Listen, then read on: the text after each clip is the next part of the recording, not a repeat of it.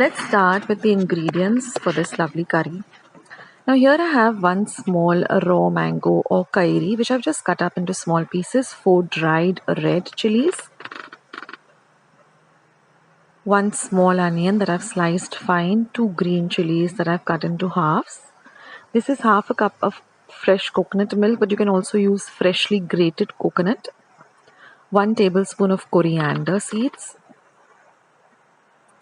1 teaspoon of cumin seeds, half a teaspoon of peppercorns,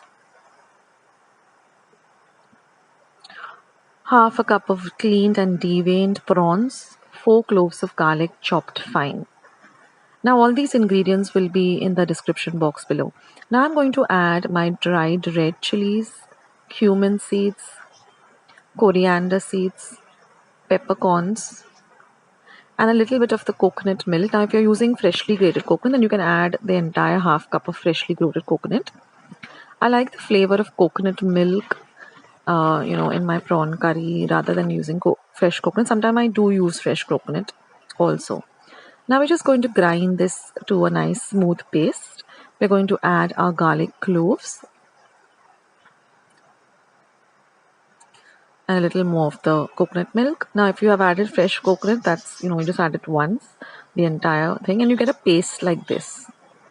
So this is the masala water which we wash the mixer with, and a little bit of the coconut milk that is there. Now I'm just going to add half a teaspoon of haldi powder, turmeric powder. I don't like adding my turmeric powder to my mixer because it discolors the mixer pot, the cover of the mixer pot. So I always add my haldi powder later on and mix it well with the masala. So now I'm going to heat my pot. Now this is my traditional Goan mud pot which I love to make my fish curries in, or my sorak in.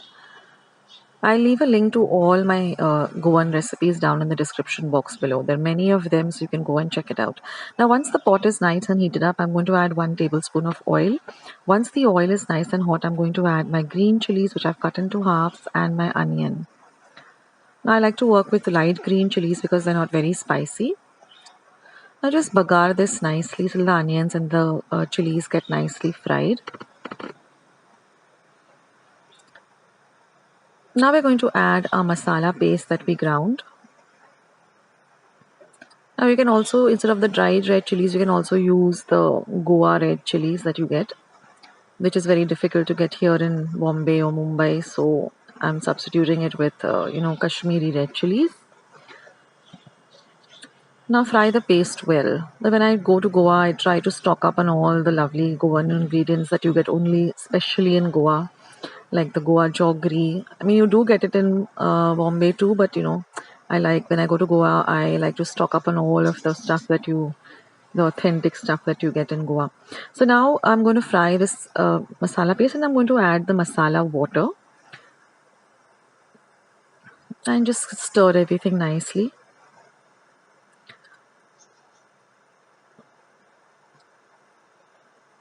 So you can add how much ever water you want depending on how thick you want this curry. Now I have a little bit of the coconut milk left, so I'm just going to add that too.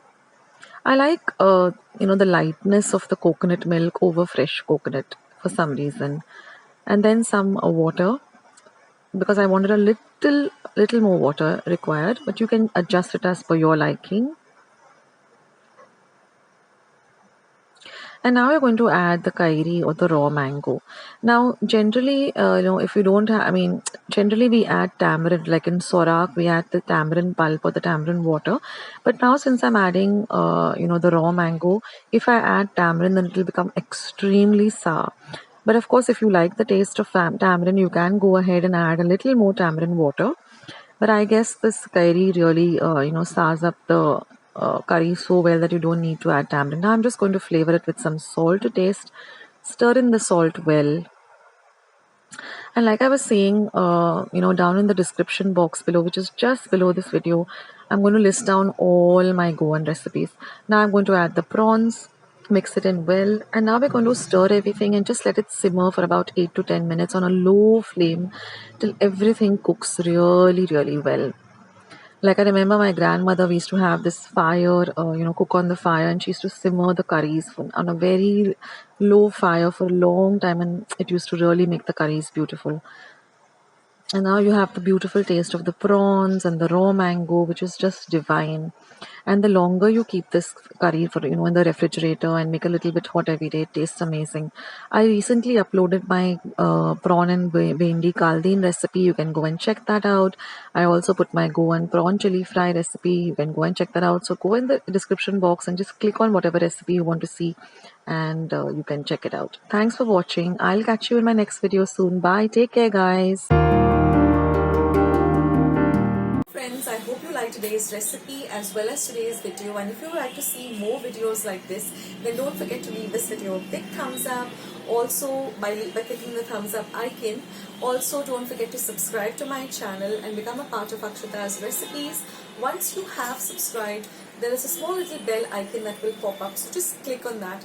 That way, whenever I put up a new recipe or a new video, you get a message for the same. So on that note, I'll say bye and I'll catch you in my next video sooner than you think. This is Akshata saying bye, take care, stay healthy, stay fit, be kind and loving to one another. So till we meet again, bye.